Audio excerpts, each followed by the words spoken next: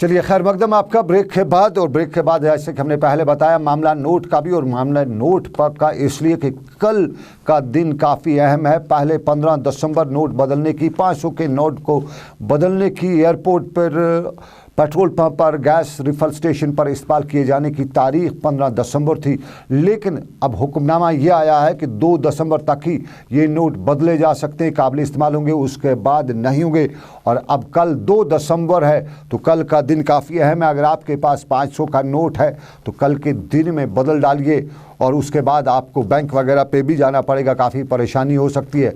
तो कल का दिन काफ़ी अहम। लेकिन जैसा कि हमने पहले बताया, बातचीत का मामला, और बातचीत के मामले में 3 और 4 दिसंबर को अमृतसर में होने वाली हार्ट ऑफ एशिया कॉन्फ्रेंस के मौके पर किसी भी बाहमी बातचीत को खारिज इम्कान करार देते हुए भारत ने बताया है कि पाकिस्तान की जानिब से ऐसी कोई तजवीज़ नहीं आई है जिसमें भारत और पाकिस्तान के दरमियान बाहमी बातचीत का तज़किरा किया गया हो।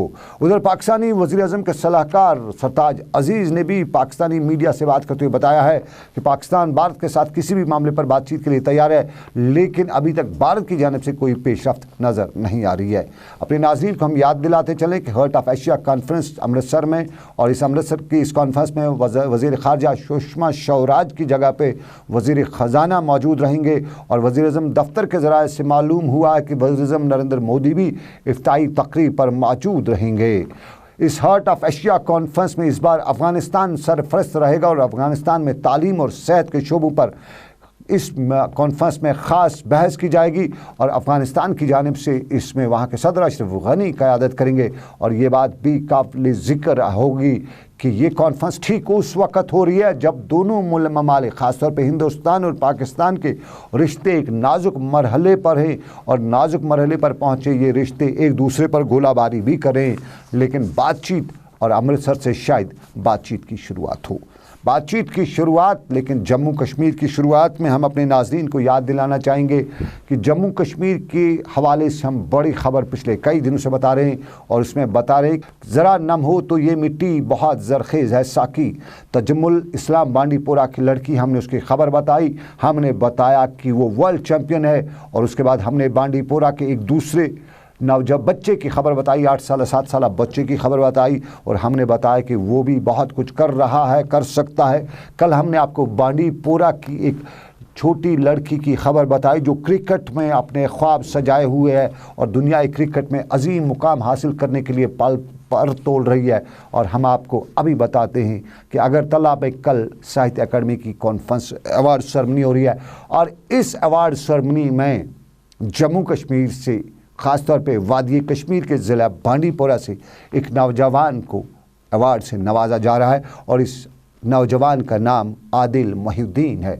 आदिल मोहिउद्दीन हाजिन पारीबल के रहने वाला है। कश्मीर यूनिवर्सिटी से डिग्री याफ्ता आदिल मोहिउद्दीन साहित्य अकादमी अवार्ड पुरस्कार कल हासिल कर रहे हैं, और ये अगरतला त्रिपुरा में उन्हें अवार्ड दिया जाएगा। हम अपने नाज़रीन को ये भी बताते चलें कि ज़ूल दित सिद्रस, सिद्रस शायद समंदर को कश्मीरी ज़ुबान में कहते हैं, और ज़ूल आप जानते हैं, ज़ूल घरों में जो रोशनी होती हैं उसका है, या ज़ुल है, ये कश्मीरी के अल्फाज हैं। यानी एक ज़ुल दित सिद्रस एक किताब है, और इस किताब में तनकीद की गई है जम्मू कश्मीर के हवाले से। जम्मू कश्मीर पर एक नाकिद के तौर पे आदिल मोहिउद्दीन जो नौजवान हैं, पिछले साल ही लगभग, बहुत छोटे हैं, उनने ये किताब लिखी है, और 200 सफ़ात पर मुश्तमिल ये किताब अदबी हलकों में काफ़ी अहमियत पाई जा रही है। हम वापस सीधा अगरतला का रुख करते हैं। हमारे साथ आदिल मोहिउद्दीन फ़ोन लाइन पर मौजूद हैं। आदिल से हम जानना चाहेंगे कि क्या है ये किताब। आदिल मोहिउद्दीन, बहुत बहुत शुक्रिया आपका हमारे साथ, हमारी तरफ से आपको मुबारकबाद। कल आप अवार्ड लेंगे, लेकिन हम आपसे जानना चाहेंगे कि ये अवार्ड आपको ज़ुल दित सिद्रस, ये क्या कंसेप्ट है इस किताब का? बेसिकली जो मेरी किताब है, इसका टाइटल जो ज़ुल दित सिद्रस है, अगर आप अंग्रेजी में ट्रांसलेट करेंगे तो ये होता है pairs from the deep sea. Basically एक अलामती नाम है। तो मेरा मानना है कि जो लिटरेचर है, जो अदब है, ये एक समंदर के मान होता है। जैसे आपको पता है कि कश्मीरी में समंदर को सदर कहते हैं, तो मेरा मानना है कि लिटरेचर एक समंदर है, और मैंने वहाँ से जो है इस लिटरेचर से जो हमारा कश्मीरी अदब है उसके जो लालो जवाहरात है वो मैंने ढूंढने की कोशिश की है। फिर मैंने उन पर तनकीदी जायजा लिया है। अगर आप मेरी किताब देखेंगे तो उसमें मैक्सिमम जो है कि हमारे जो वादी कश्मीर के नामवर शोरा वो अदीब हजरात है, उनके कलाम का मैंने तनकीदी जायजा लिया है। तो इस हिसाब से जो नाम है ये अलामती नाम है। मैं आदिल आपसे जानना चाहूँगा, आदिल मोहिउद्दीन साहब, ये उम्र जो आपकी है ये खेलने कूदने की है, ये लिखना, ये कंसेप्ट, ये वगैरह आपको कैसे आ गया इस उम्र में? तो अक्सर आपके साथ ही तो फुटबॉल क्रिकेट खेलते होंगे, लाल चौक में घूमते होंगे, ये आपके दिमाग में खेल? मैं आपको वसूख के साथ बताना चाहूंगा कि मैं कोई पैदाशी शायर या अदीब नहीं था, बल्कि जब मैंने 2010 में जब मैं कश्मीर यूनिवर्सिटी आके कश्मीरी में मैंने एडमिशन लिया पीजी कश्मीरी के लिए, तो वहाँ पे जो मेरे टीचर्स है, खासतौर से प्रोफेसर मजरूर रशीद साहब, उनकी सोबत में रह के मुझे अदब व शायरी का ज़ौक़ पैदा हुआ। तो मैंने धीरे धीरे लिखना शुरू किया।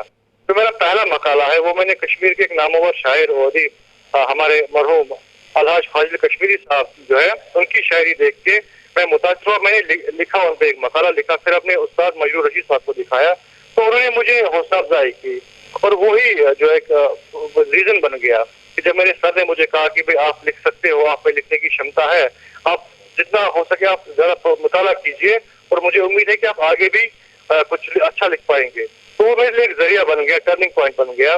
तो तब से मैंने मुताले के साथ साथ थोड़ा लिखता भी रहा। फिर मैं रेडियो कश्मीर भी गया, दूरदर्शन केंद्र श्रीनगर भी गया, वहाँ पे मेरे प्रोग्राम चलते रहे। तो ये कुछ वजूहात है, कुछ मेरी लाइफ में कुछ ऐसे इंसिडेंट्स हुए कि जिनसे मैं इंस्पायर हुआ, जो मैं लिखने का जो है जरिया बना, क्या वजह रही मेरे। आदिल साहब, मैं आपसे तफसीलन कल भी इंशाल्लाह बात करूंगा, आपसे कल जानना चाहूँगा कि आपके क्या है, लेकिन फ़िलहाल आपको कल एक पुरस्कार मिल रहा है, साहित्य अकादमी पुरस्कार, और ये हमारे लिए फ़ख्र की बात है। जनाब, आप खुद कितना, आप में से वो इस टाइम, उससे हम कह सकते हैं ना, खुशी तो आपको होगी, लेकिन कितना इंतज़ाम अभी आप में है? सर मैं बहुत खुश हूँ और मुझे इनफैक्ट यकीन नहीं था कि मैं अदब में इतना आगे जा पाऊँ या मैं किताब लिख पाऊँ। और अवार्ड तो बहुत दूर की बात है, मैंने कभी सोचा भी नहीं था कि मैं एक ऑथर बनूंगा या फिर मुझे इतनी एप्रिसिएशन मिलेगी। जो हमारे बुजुर्ग अदीब है, लाइक फारूक नाज़की साहब है, रहमान राही साहब, या मेरे उस्ताद मजरूर रशीद साहब जिनका मैंने जिक्र किया, प्रोफेसर शाहद रमजान, ऐसे लोग मुझे अप्रिशिएट करें, मैंने कभी लाइफ में सोचा भी नहीं था। और ये अवार्ड आपको तो पता है कि हर एक अदीब का, हर एक इंसान का ख्वाब होता है कि वो लाइफ में आगे जाए और उसका काम जो है उसको सराहा जाए। तो मेरे लिए अवार्ड से बढ़कर यह है कि कश्मीर के जो उद्वा और शोरा है वो मेरे काम को पसंद करते हैं, वो भी किसी अवार्ड से कम नहीं है। तो ऐसी बात है, आज मुझे पुरस्कार मिला। तो जिस तरह हर एक इंसान की ख्वाहिश होती है, तमन्ना होती है, मुझे लगता है कि अभी पूरी नहीं हुई है, तो मैं बहुत खुश महसूस कर रहा हूँ। मैं अल्लाह का और अपने पेरेंट्स और अपने टीचर्स का बहुत शुक्रगुजार हूँ कि उनकी वजह से मैं थोड़ी सी बेहद भी करना चाहूँगा आप में, क्योंकि अदब से वाबस्ता आप हैं और अदब में बहुत ही एक मुकाम होता है। मैं फिर भी आपसे ये जानना चाहूँगा, हमारा जो नई जनरेशन है ये अदब से दूर होती जा रही है, लगता नहीं है कि इसको वापस उस नगर की जो सर ऐसा भी नहीं कि जो अवाम नास में जो एक तासुर है कि हमारी यंग जनरेशन अदब से बहुत ज़्यादा दूर है, ये भी किसी हद तक सही है कि अगर हम अपनी कश्मीरी जुबान या अदब की तारीख पर एक सरसरी नजर डालें तो पता चलता है कि बहुत सारे टाइकून्स हमने पैदा किए। हमारे पास ललदेद है, शेखुल आलम है, शमस फकीर है, या आज के डेट में हमारे पास ज्ञानपीठ अवार्डी रहमान राही साहब है, और भी कई बहुत बड़े नाम है। लेकिन एक ट्रेंड मुझे लग रहा है कि एक ट्रेंड चली है, अब बहुत सारे नौजवान लिखारी भी सामने आ रहे हैं। तो जैसे आपको लगता है मतलब मुझे पुरस्कार मिले, इसका मतलब ये कि जो नौजवान लिखते हैं। चलिए, किताब ज़ुल्दित सदरस बहुत ही एक अचीवमेंट, और लगातार हम कहते हैं कि हमारे लोग बात कर सकते हैं, लेकिन तालीम के मामले पर और उस दौरान तालीम पर पिछले कई दिनों से मामलात, और इन मामलात में प्राइवेट स्कूलों की fees, tuition fees, transport fees, और इसी ट्रांसपोर्ट और ट्यूशन फ़ीस को लेकर श्रीनगर में आज फिर वालिदैन आए हुए थे। प्रेस श्रीनगर में आज एक प्रेस कॉन्फ्रेंस की और इसी मुद्दे पर सवाल उठाया, और यहाँ पर सवाल उठाते उन्होंने बताया कि एक जिसका हालात को देखते हुए प्राइवेट स्कूल एसोसिएशन जो है, प्राइवेट स्कूल मालिकान जो हैं, उन्हें हालात को देखते हुए इस पर गौर खौज करना चाहिए। हम आपको बताते क्या बताया पेरेंट्स ने वहाँ पे। जो पिछले 5 महीने में वैली में बंद रहा, उसकी वजह से फीस का क्या करना है, वो एक बड़ा इशू था। तो ये जो हमारी एसोसिएशन है, ये जिम्मेदार जो हमारी सिविल सोसाइटी के जिम्मेदार लोग हैं, हम उनके पास 5 नवंबर को गए, वहाँ पे स्कूल वाले भी आए थे, स्कूल वालों के साथ वहाँ उनके एसोसिएशन के जो जिम्मेदार लोग थे वो भी वहाँ बैठे थे, आमने सामने बात हुई। तो ये चीज़ डिसाइड हुई कि तीन चीज़ें वहाँ पे डिसाइड हुई। सबसे पहले कि 100% कंसेशन पैलेट विक्टिम्स और जो इंजर्ड हैं इस 5 महीने के टर्मोइल के, उनको 100% फी कंसेशन मिलेगा। दूसरी वहाँ पे एक चीज़ डिसाइड हुई कि जो पेरेंट्स इफेक्टेड हैं, जैसे ट्रांसपोर्ट क्लास है, जैसे लेबर क्लास है, जैसे टूरिज्म क्लास है, इन सब को 50 to 100% कंसेशन मिलेगा फीस में। ये वहाँ पे डिसाइड हुआ प्राइवेट स्कूल एसोसिएशन के साथ। और बाकी जो क्लास है जो इफेक्ट नहीं हुए, जैसे गवर्नमेंट क्लास है जो जिन्हें तनख्वाह ली बैठकर, या वो ट्रेडर जिन्हें काम किया, तो वो क्लासेस जो है उनको सिर्फ ट्रांसपोर्ट फीस में 50% का कंसेशन मिलेगा और वो ट्यूशन फीस पूरी भरेंगे। इसके पीछे लॉजिक ये था कि अगर गवर्नमेंट मुलाजिम 100% फीस भरेगा ट्यूशन फीस, तो उसकी वजह से 4 ड्राइवर जो है उनको 100% कंसेशन मिलेगा, उसकी वजह से 4 लेबर्स को 100% कंसेशन मिलेगा। इसके पीछे लॉजिक यही था। यही हम चाह रहे थे कि लोगों तक जो अभी कंफ्यूजन मार्केट में है वो खत्म हो, लोगों तक बात पहुंचे कि ये कंसेशन जो है किसके लिए वाजिब है।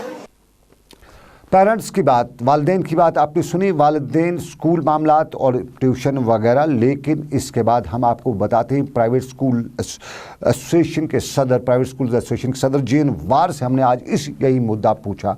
हमने उनसे मुद्दा उठाया कि क्या है ये मामला, क्या कर रहे हैं प्राइवेट स्कूल, मनमानी क्यों, सब कुछ क्या। तो बस दिखाते हैं आपको क्या बताते हैं JN वार। जो फीस का मामला, हमने तो डे 1 पे ही कहा है कि जो लोग मुतासर हुए हैं, जो सबसे ज़्यादा मुतासर हुए हैं, इनके लिए हमने पहले ही कहा कि केस टू केस बेसिस पे फ्रॉम 0 to 100% वेव ऑफ करेंगे। यानी अगर कोई ज़्यादा मुतासर हो, उसके पास कोई गुंजाइश नहीं है, कोई सोर्स ऑफ इनकम नहीं रहा है, तो हम उसकी 100% ऑफ करेंगे। लेकिन अगर कोई ऐसा है कि जो ज़्यादा मुतासर नहीं हुआ है लेकिन उसकी हालत ऐसी नहीं है, तब भी उसको इंस्टॉलमेंट में देना या फीस में कमी करना वो ऑलरेडी डिसाइड है। 162 केस हमारे पास आज तक आए और 162 केस में से हमने 132 केस देयर एंड देन वहीं चालू कर दिए। 30-40 केस वो थे जो फेक थे, उन्होंने खुद ही मान लिया, उन्होंने माफ़ी भी मांग ली कि हमसे गलती हुई थी। एक बात। दूसरी बात है कि आए दिन जो पेरेंट्स एसोसिएशन की तरफ से मामला हो रहे हैं, सवाल ये निजी इदारे हैं, प्राइवेट इदारे हैं, ये लोकल इंस्टीट्यूट्स हैं, ये इदारों को बचाने वाली बात है। अगर हम स्कूलों को फीस नहीं देंगे तो 7.25 लाख बच्चे हमारे स्कूलों में पढ़ते हैं। क्या 3000 स्कूल इन 7.25 लाख स्कूल बच्चों से फीस न लेके क्या ये इंस्टीट्यूट रन कर पाएंगे? चलिए, JN वार प्राइवेट स्कूल एसोसिएशन के सदर बता रहे थे सूरत-ए-हाल। लेकिन इस सूरत-ए-हाल के दौरान सरकार से हम बार बार ये पूछते आ रहे हैं कि वो प्राइवेट स्कूल जो सरकार से मुराद ले चुके हैं, जो सरकार की ज़मीन पे, हम DPS अथवाजन की बात करेंगे, जो कल सोमवार से बाज़ाब्ता तौर पर क्लासेस भी लेगा। उनकी तरफ से पेरेंट्स को नोटिफिकेशन आई है कि कल सोमवार से बाज़ाब्ता तौर पर क्लासेस होंगे सुबह 10 बजे से। ताहम उनमें बताया, नोटिफिकेशन में बताया गया है कि स्टूडेंट्स के लिए यूनिफॉर्म में होना ज़रूरी नहीं है, लेकिन आई कार्ड ज़रूरी होना चाहिए। लेकिन उस स्कूल की मनमानी पे कोई बात क्यों नहीं करता है? यहाँ जो दूसरे स्कूल है, प्रेजेंटेशन कॉन्वेंट की कोई बात क्यों नहीं करता है? छोटे छोटे स्कूल जो गांव देहात मोहल्ले में जहाँ बहुत कम उनके वसाइल हैं, उन पे बड़ा वाविला किया जाता है, वहाँ फ़ीस के मुद्दे पर बात की जाती है।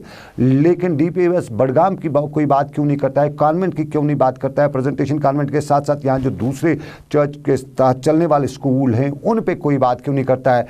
उन्होंने बच्चों से, पेरेंट्स से फ़ीस भी लिया है, ट्रांसपोर्ट भी फीस भी लिया है और ट्यूशन फीस भी लिया, और फीस के सरकार का वहाँ शायद कोई कंट्रोल नहीं है।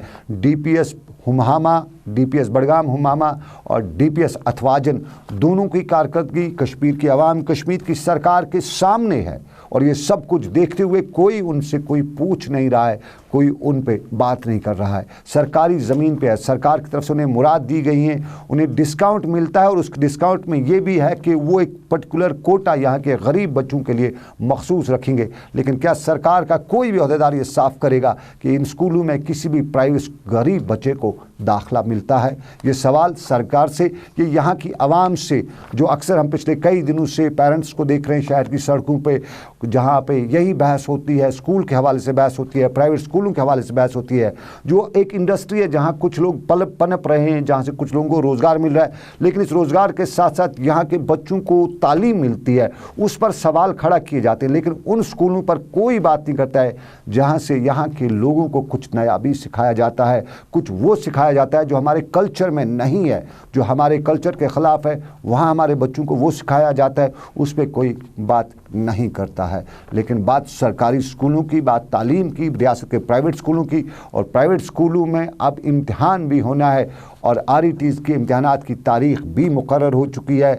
RET के जो टीचर्स हैं उन्हें बताया गया है कि वो तैयार रहें, क्योंकि रियासती अदलिया ने इस पर अहकामात जारी किए हैं। और सबसे इम्पॉर्टेंट बात यह है कि रियासत से जो डिग्रियाँ हासिल की हैं, जो बाहर से जो डिग्री याफ्ता हैं, जिनकी डिग्रियों पर शक है, उन RETs का ये टेस्ट होना है। और इस पे RETs का कोई एक तबका ये भी कहता है कि असातिज़ा की तजलील है, RETs की तजलील है, लेकिन रियासत का एक बड़ा तबका ये भी कहता है कि नहीं, टेस्ट होना चाहिए, क्योंकि ये तजलील नहीं है, बल्कि इससे साफ़ हो जाएगा कि ये लोग कितने पानी में हैं, कितने समुंदर में हैं, कितने खुशकी पे हैं।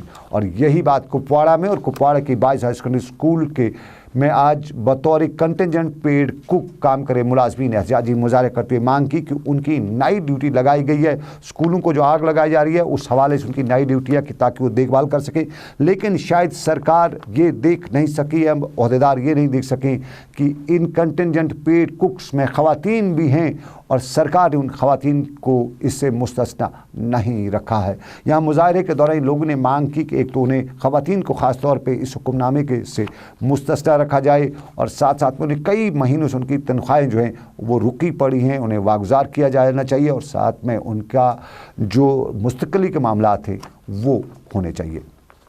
हमें तनख्वाह दें, हम खुद ड्यूटी करेंगे, रात को भी बैठेंगे। मतलब आप जो आपको 25 रुपए मिल रहे हैं, परमानेंट करें, ये नहीं चाहते हो? परमानेंट करें हमें तो जी हो कि हम ड्यूटी देंगे। नहीं देना किस में है, नहीं देना किस में, काम ही ये है। हम ड्यूटी देंगे, हम दिन को रात को जो हमारा काम है वो करेंगे, मगर जब नहीं इनको हम परमानेंट करते नहीं तनख्वाह। चलिए नाज़रीन, आप देख रहे हैं दिन भर सनम एजाज के साथ। हम आपको बताते चलें कि आज एड्स का आलमी दिन दुनिया भर में मनाया गया, और एड्स के इस आलमी दिन पर जम्मू कश्मीर में भी कई तकरीबात का इनेकाद किया गया, जिस दौरान एड्स के हवाले से लोगों को जानकारी फराहम की गई। नो एड्स मतलब नो एड्स, नो जानिए एड्स को और तभी बच सकते हैं। और नो एड्स का मामला जम्मू के विमेन कॉलेज गांधीनगर में भी था, और यहाँ एक तकरीब मुनक्कद हुई जिसमें सेहत के वजीर बाली भगत मेहमान ख़ुसूसी के तौर पर मौजूद रहे। इस मौके पर एड्स जैसे ख़तरनाक मर्ज़ के ख़िलाफ़ एकजुट होने की अपील करते हुए बताया गया कि परहेज़ इलाज से बेहतर है। इधर गांधीनगर अस्पताल में भी आज वर्ल्ड एड्स डे मनाया गया, और जम्मू के गांधीनगर अस्पताल में आज पोस्टर बनाकर एड्स के खिलाफ महाज खोला गया। जम्मू कश्मीर में एड्स मुखालिफ मुहिम सरकार की तरफ से शुरू की जा चुकी है, और इस मुहिम में आम लोगों के साथ देने की ताउन की अपील भी की जा रही है। तो आज का दिन भर बस इतना ही। अपने मेज़बान सनम एजाज को इस वादे के साथ दीजिए इजाज़त, गर खुदा लाया फिर करेंगे आपसे मुलाकात। अल्लाह आपका मेरा सबका निगहबान हो। अल्लाह हाफिज़।